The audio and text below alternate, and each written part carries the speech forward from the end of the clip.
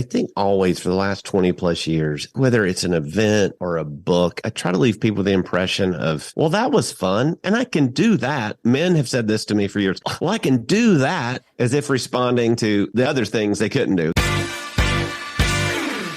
Hey, welcome to this episode of the Art of Espousing podcast. We're so grateful and humbled that you would take a listen, and we don't take it lightly that you would spend your precious time joining us for the show. Yeah, we trust that you've had a great week. Ours has been full, to say the least. I can't believe that we're already at the end of January. This month has totally flown by. James Duval, I'm already in May. My brain is in May, so I am not surprised that January has flown by. That's incredible. We're excited about today's show. We have a good friend, Ted Lowe, with us. Ted is a speaker, blogger, and the director of Married People, the Marriage Division of Orange, a nonprofit organization devoted to influencing those who influence the next generation.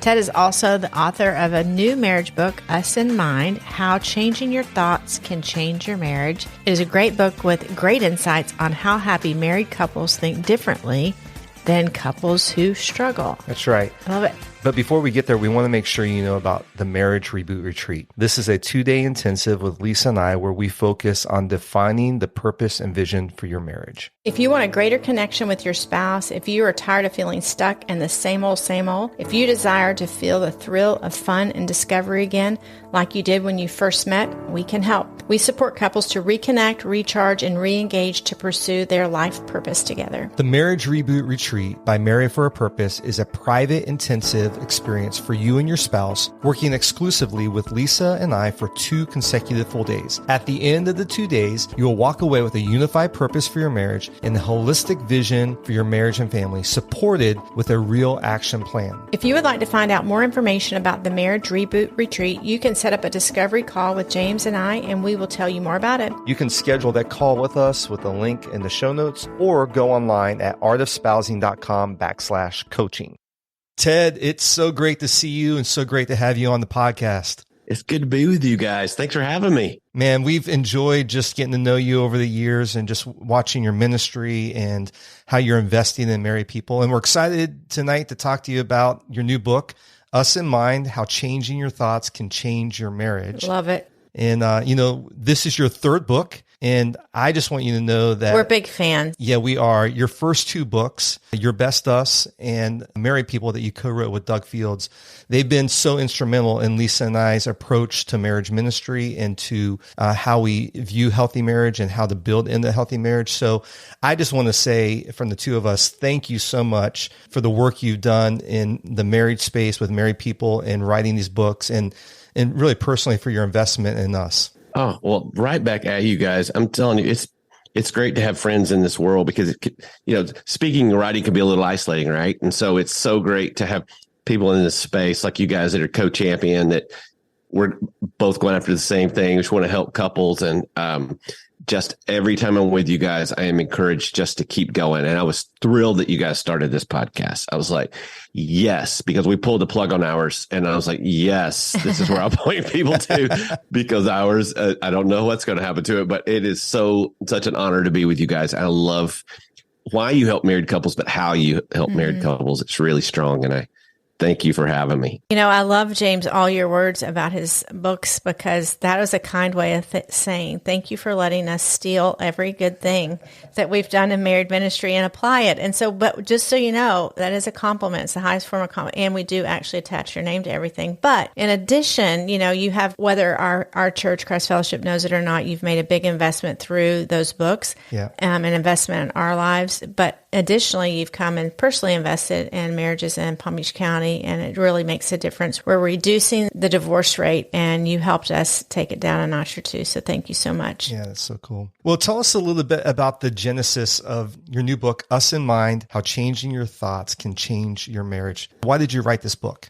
James and Lisa, I'm going to tell you, I did not want to write another book. When I was finished with the last one, I was like, that's it. One for churches, one for couples. I'm good.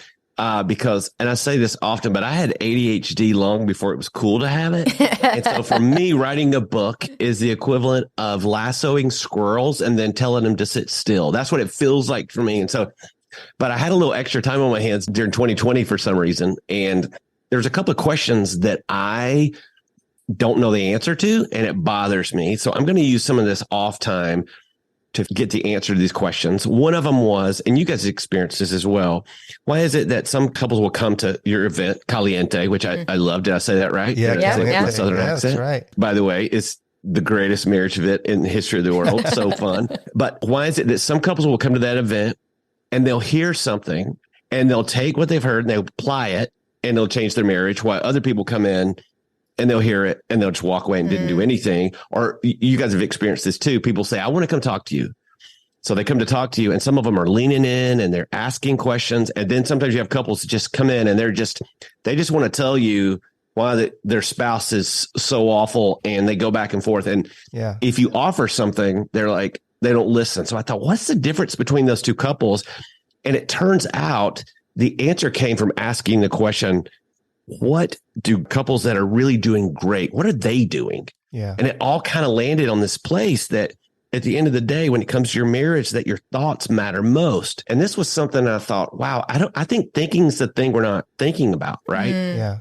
You know, we listen to our automatic thoughts like they're automatically true and automatically helpful. And I thought, wow, I think this really, really applies to marriage. And the more I dove in, the more I went, wow, to the point where I think I need to write another book on this. I really don't want to, but I really felt it was obedience at that point to go, okay, let's buckle in again. Let's do this ride of writing a book again. And I'm glad I did. It's been fun as I've taught this content live to have conversation with people afterwards. It's been some of the most rewarding conversations I've ever had. Even Nancy said to me, she said, babe, this stuff is just different. She goes, you've always been able to give some people things to think about and to apply. She goes, but this is just hitting people on a different level. And so that's been really, really fun and rewarding to watch that happen. I'm excited about it. Well, I'm glad you're never going to write a book again. Didn't work out for you. You talked about there's a lot of research around unhealthy marriages. And then you propose this idea of looking at healthy marriages. In the book, you specifically mentioned this idea of athletes. No trainer or no coach looks at the athletes that are really bad. Right. And decides, what are we going to do to be a great athlete? Yeah. Like, we're going to frame our whole life around what a bad athlete looks like and what they're doing wrong. And this really champions the thing that James, you and I talk about often is we want to be purpose focused, not problem focused. Right. And so I love that this idea of researching around what are healthy marriages doing, what's happening in healthy marriages. Can you share some of the more significant discoveries you found around healthy marriages and what they have in common? They did a huge study in the United States and the United Kingdom, and it was a group of psychologists that I think this was about 15 years ago. All the research at that point had been done just on couples that were struggling. And so they asked the question you just talked about, what if it's different? So they did a massive study in the United States, the United Kingdom, and they came back and they said, our hunch was correct. A great marriage is not the opposite of one that's struggling. It's different. And one of the key findings that I think speaks loud and clear was people were asked to give their spouse kind of like a spousal report card, and they would rank them on characteristics like kindness and generosity and patience. And what they found, the couples that were the happiest were the ones who ranked their spouse higher in every single category than their spouse had ranked themselves. Oh, wow. And I like to think, hey, this is two people that are sitting there thinking about each other. I just wish you could see you like I see you. And I thought that was so powerful. I really got geeked out on neuroscience with this whole thing. They did a huge study on couples who reported being madly in love after an average of 21 years. So these were long-term couples. And there's 3 areas of their brain that had similar activity. And one of them was the area of the brain that's responsible for a thing they called positive illusions. And it's the ability to focus on what you love about your spouse and not focus on what you don't. And I thought, this is so powerful and it explains so much. At the same time, I thought, well, people are going to hear this. Some people are going to go, well, this is just scientific evidence of why we're crushing it. But then I thought about the couple that reads that and going, wait a minute, we don't rank each other like this. Like, how does that work? And the great news, I think, for all of us, and this is true in every area of our life, is we can shift our thinking to start thinking in a way that's more geared towards how I feel God wants us to love each other. I think people are fearful to go, wait a minute, is this talking about living in denial?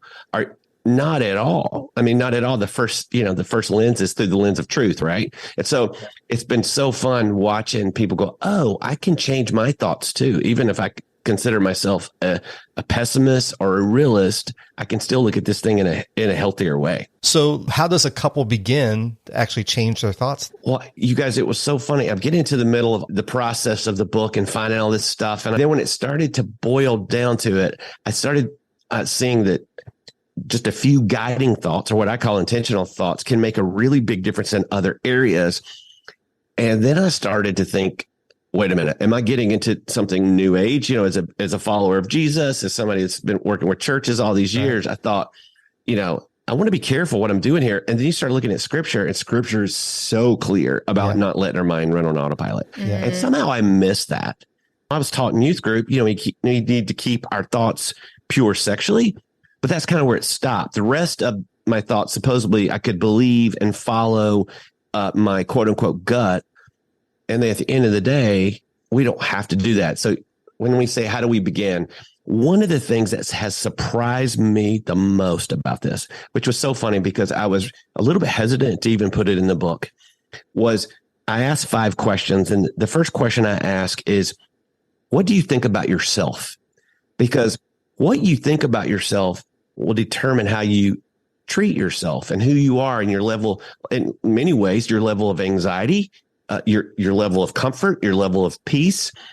And I want to challenge people, say, what are you believing? And I call him Fred in my head. And so I kind of tease, I've always laughed with Nancy that I've got that guy in my head named Fred, and Fred's a jerk. And Fred says these things to me that's mean and hateful. And Fred's a fortune teller and he's a mind reader. And so I just started doing the research. And I found out that I'm not the only person with a Fred in their head. And then when I've taught this material, that in and of itself has just blown me away, how people have responded to the idea of Fred. And, the scariest thing about this is that Fred can become louder than the voice of God. And that's got to break his heart, right? Yeah. If we're listening to Fred more than the Father, that's got to break the Father's heart, right? And so that's been one of the things. And I think, it determines how we're talking to ourselves and thinking about ourselves. There's an exercise in there. And this exercise is actually, it's been proven to work for the last 30 plus years. It's just no one knows about it.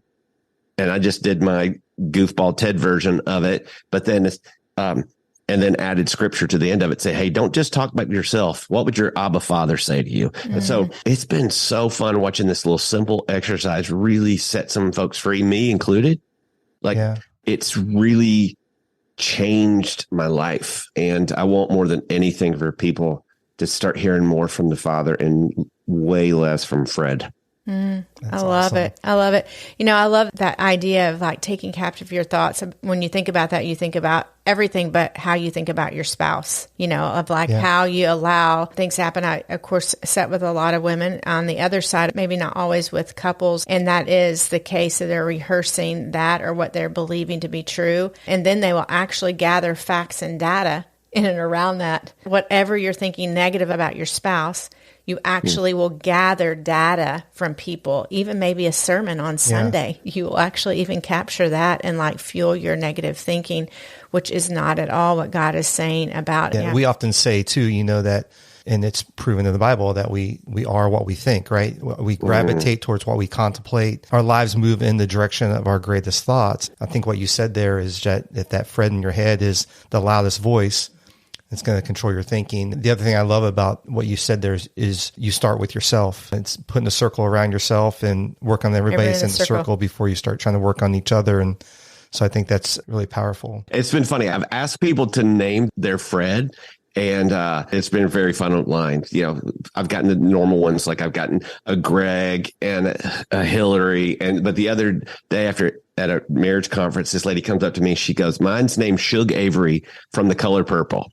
And I went, that for sure is the best name. And so it's been really fun. And Lisa, to your point, the brain is wired to seek pattern. Mm-hmm. This is one of the things I discovered is wired to seek pattern. And, what you described as confirmation bias, which is you interpret new information to be what you already think.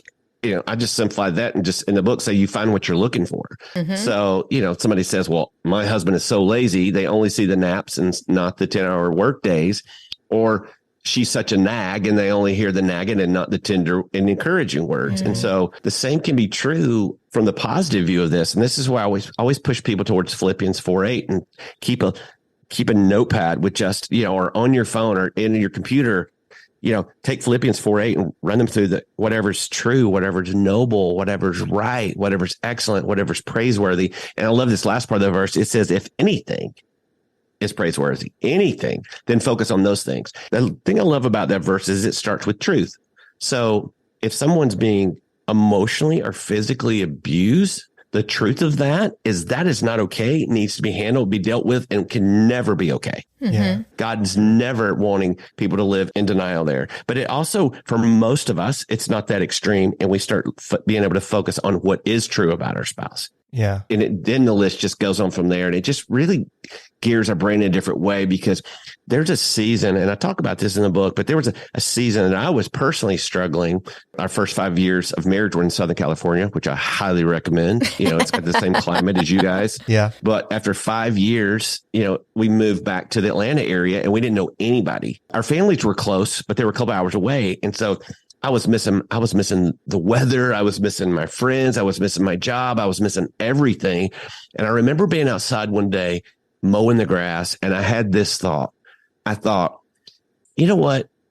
I'm not sure that I really wanted to move here. I think maybe Nancy convinced me that I did. In fact, I think maybe Nancy always gets what she wants. And I say this with zero humor and for sure zero pride. I said, I think she's manipulative. Wow. Now, when you hang that banner over your spouse, how do you think I treated her when I walked into the house? Now, granted, I'm a nice guy. I mean, I'm sure I stuffed it all down. If it had been on video, no one would have been in shock and awe. But do you think that thought led to us getting closer or farther apart? Yeah. And so I started looking for the ways I thought she was manipulative. And then I thought, man, I wish somebody who had pulled up on that day when I was mowing and melting in Georgia and said, come here a minute. Let's talk about what's true. What's true is you both decided to move here, right? Well, what's noble? I'll tell you what's noble is she moved across country when she was 23 years old and moved into your world for 5 years. Now you've been here back for a couple of months, and now she's manipulative. Yeah. Right. And so it's just this lens, and you start gearing your thoughts to go, you know what? And because that's what happy couples are already doing. Yeah. Happy couples are always already thinking this way. But if we're not geared this way, this is what's so great about this verse is it keeps us there or gets us there in a way that I don't think we can get there on our own. I don't think our automatic thoughts are ever going to just land at Philippians 4:8. Mm-hmm. Yeah. I want to stick there for a second, because one of the things that we do when we're coaching couples is that we always challenge them 3 things: to see the best, speak the best, and believe the best. And I think you hit on so many things there that it's easy to not do that, especially when a couple's maybe struggling to have wrong beliefs or seeing things wrong, like you just said. But you mentioned a tool that I thought was so profound because it was so simple. When I was reading the book, I was just like, oh, that's such a profound tool. And you hit on it quickly, but I'd love for you just to unpack how to use it. You call it the Philippians 4:8 filter. Right. Right. And it's what I do is in the book, I give people 5 intentional thoughts, and I knew they had to be really quick. And I tried them out on live audiences, and I could tell I would make them repeat back. And so I probably did 3 retreats in a row until I could get them to repeat it back they're so simple. But for this one, it comes to seeing your spouse is see the best. Yeah. That just like you guys are saying, it's just in that moment, you're frustrated, you're angry with them. Before you send that text or before any of that you pause, okay, in this moment, I'm going to see the best. Yeah. If they come in, they're exhausted, they're grouchy. Okay, I'm going to see the best. They're tired. They've been working hard. And it's not that you stop having conversations. It's just you care more about your spouse than the topic. I find couples only talk about frustrating things when they're in the middle of frustrating things. They only talk about sex when the offer's been declined. They only talk about the finances when they go, who told you could spend money on this? They only talk about parenting when they feel like the other spouse is not doing it well. Right. Their bodies and their brains are not set up to win. But when we pull back, see the best, and gear up, we can start posturing our brains and our hearts to love the way God wants us to love, right? Right. So I just encourage people to see the best, and then just take Philippians 4:8. You just write those words right on the left. Whatever's true, whatever's noble, whatever's right, and then you just fill in those things, and you keep adding to those things. I'm sure it's a mutual hero of all of us talking on this podcast right now is Gary Smalley. Right. Yeah. And Gary Smalley, championed marriages for decades. And one of the things he would do, he had what he called an honor book for his wife, Norma. Mm-hmm. And so he would just write down constantly all the things he loved about her. And he said when he would have a tough conversation with her, he would go read the honor book first. But it's just about posturing us to think in the way that we think they should be thinking about us. Yeah. Right. I love that. I love it. I love it. One of the 5 intentional thoughts is to choose empathy. I know this has been so powerful to James and I. We talk a lot about Enneagram, and James is an 8, which is very assertive. I'm a 2. I'm a helper. So empathy is there with James. It's probably not a utilized tool as much as... It's a buried treasure. It's a buried treasure. It's hard to find.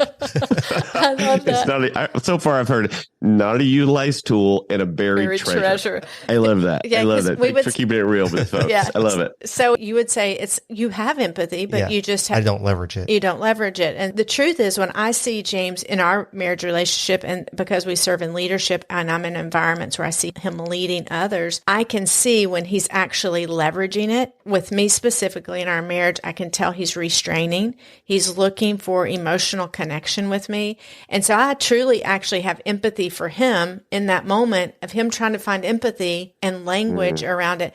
So my expectation as a 2, I'm highly empathetic. I sense and see things and feel things. I can cry with someone in seconds, if they're going through a hard time, but I don't expect that same thing from him to me. Have empathy that he's different than me, but I also I appreciate when he goes there, when I can see his attempt. So I just have empathy for him struggling to find empathy. Does that make sense? Yes. I love it. Yeah. I love it. And I think that's a great thing, Lisa. And it's stereotypical. It's not always the case, but men typically struggle with this more than women because we tend to be fixers. Yeah. We see emotional distress and we want to fix it with logic, which does not fix it. Right. And it's the same train we keep getting ran over and over. And, at first of our marriage, our fights would start with Nancy sharing something tough with me.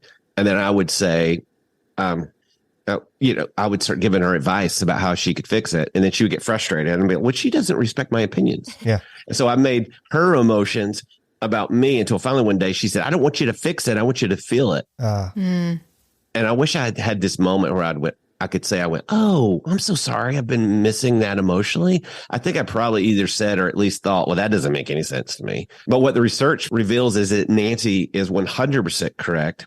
There's a book called How to Improve Your Marriage Without Talking About It. One of the studies that they've done is that women and some men, if they're standing in an emotional puddle, they want their husbands to step into the emotional puddle, and men want to yank them out with advice. Why 4 wet feet are the answer to 2 wet feet makes no sense to my male brain. But I'm telling you, this would probably be the chapter for us that I was probably the worst at going into the book. I thought I was better at it than I was. And then I start realizing when I'm getting into it and going, oh, no, I'm still trying to fix her quite often. She's just gotten better at not caring that I'm trying to fix her. And so we give a couple of power phrases, but the most powerful phrase at our house of empathy is, that's understandable. Yeah. And another one we use a lot is, if I were you, I'd feel the same way. Oh, that's good. I love it. Those are great.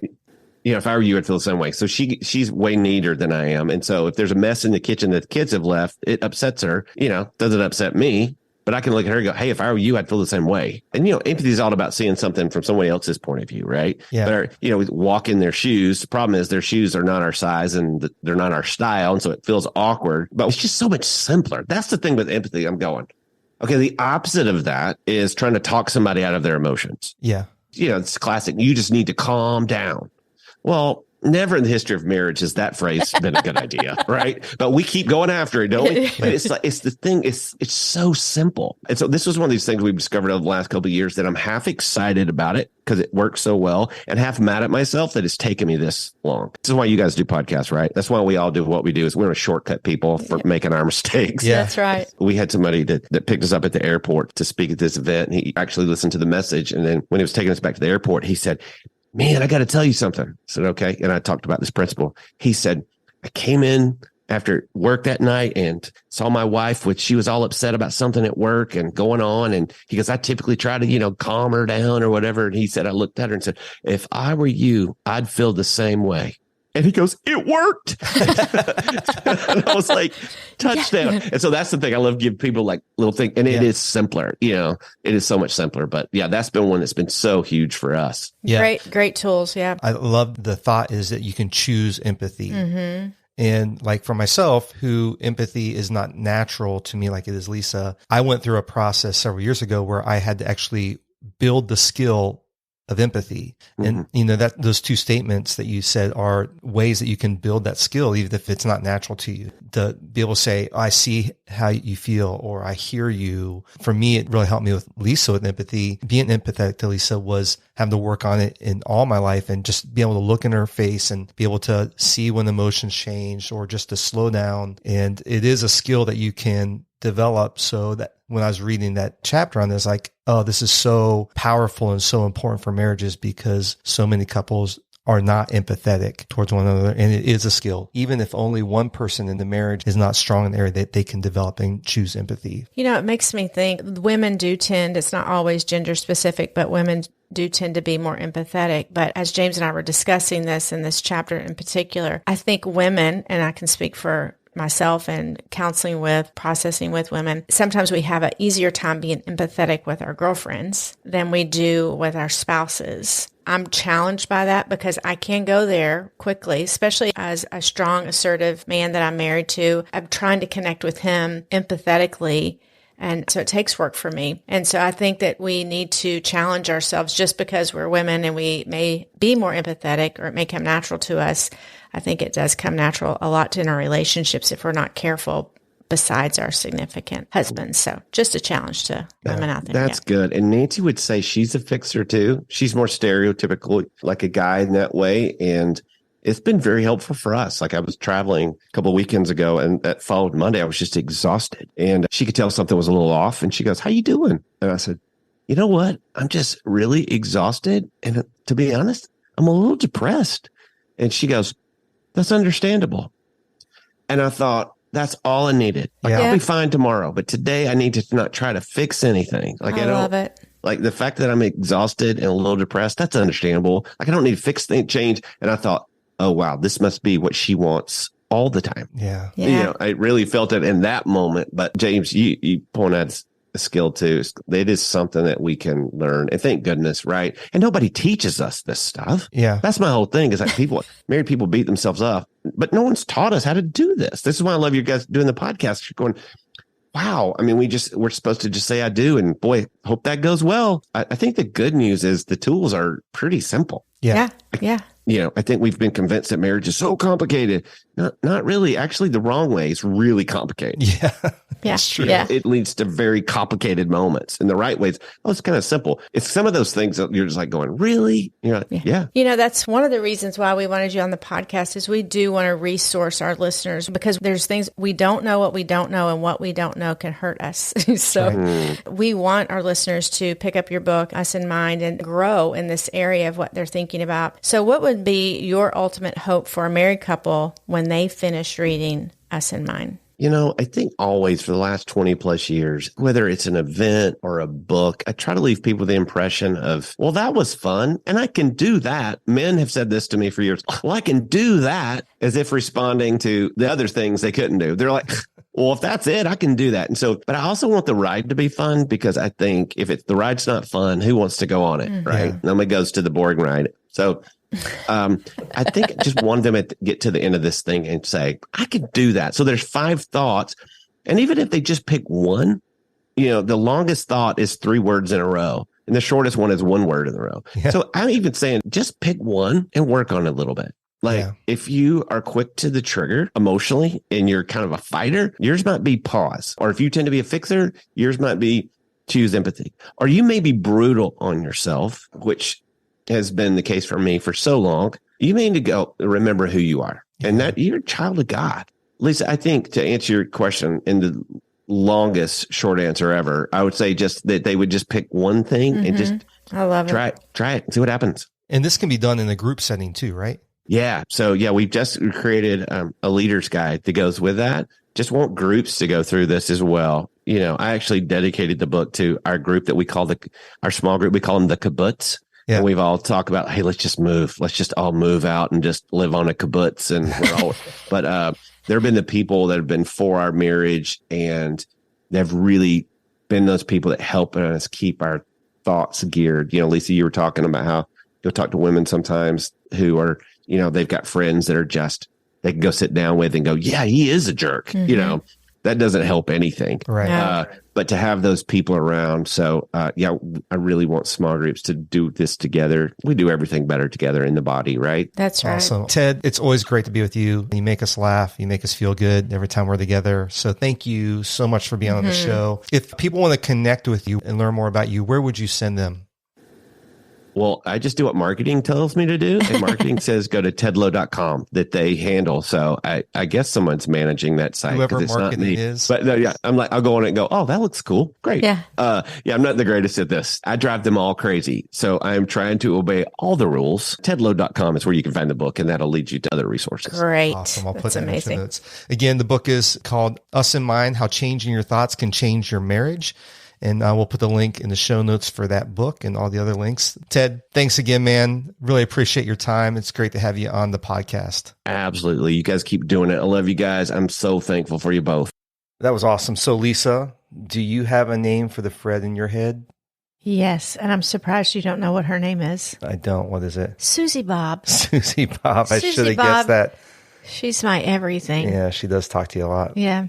I don't have one for mine, but maybe I do have some voices in my head for sure. Mm-hmm. So I need to actually name. Well, you're probably healthier that you don't have a name for him. Yeah, I probably should name my Fred. So Okay. Thanks again, Ted, for being on the podcast. And thanks for all you listeners for taking the time to listen to the show. We have seen a lot of growth in the amount of listeners these last few weeks. And we know it's because you're sharing it with your friends and family. So thank you. That means a lot to us. And we ask that you continue to tell people about the podcast. Sure does. So if you have any questions or comments about what we talked about today, we would love to connect with you. Email us at artofspousing.com.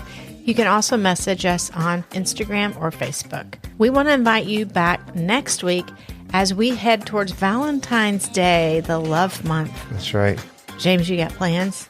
Making them. That's right. James and I are going to talk about how to show your spouse love in an extraordinary way. That's right. We believe it will be super helpful. So we hope you'll join us then. Have a great week, and we'll see you next time on the Art of Spousing podcast. Until then, bye-bye.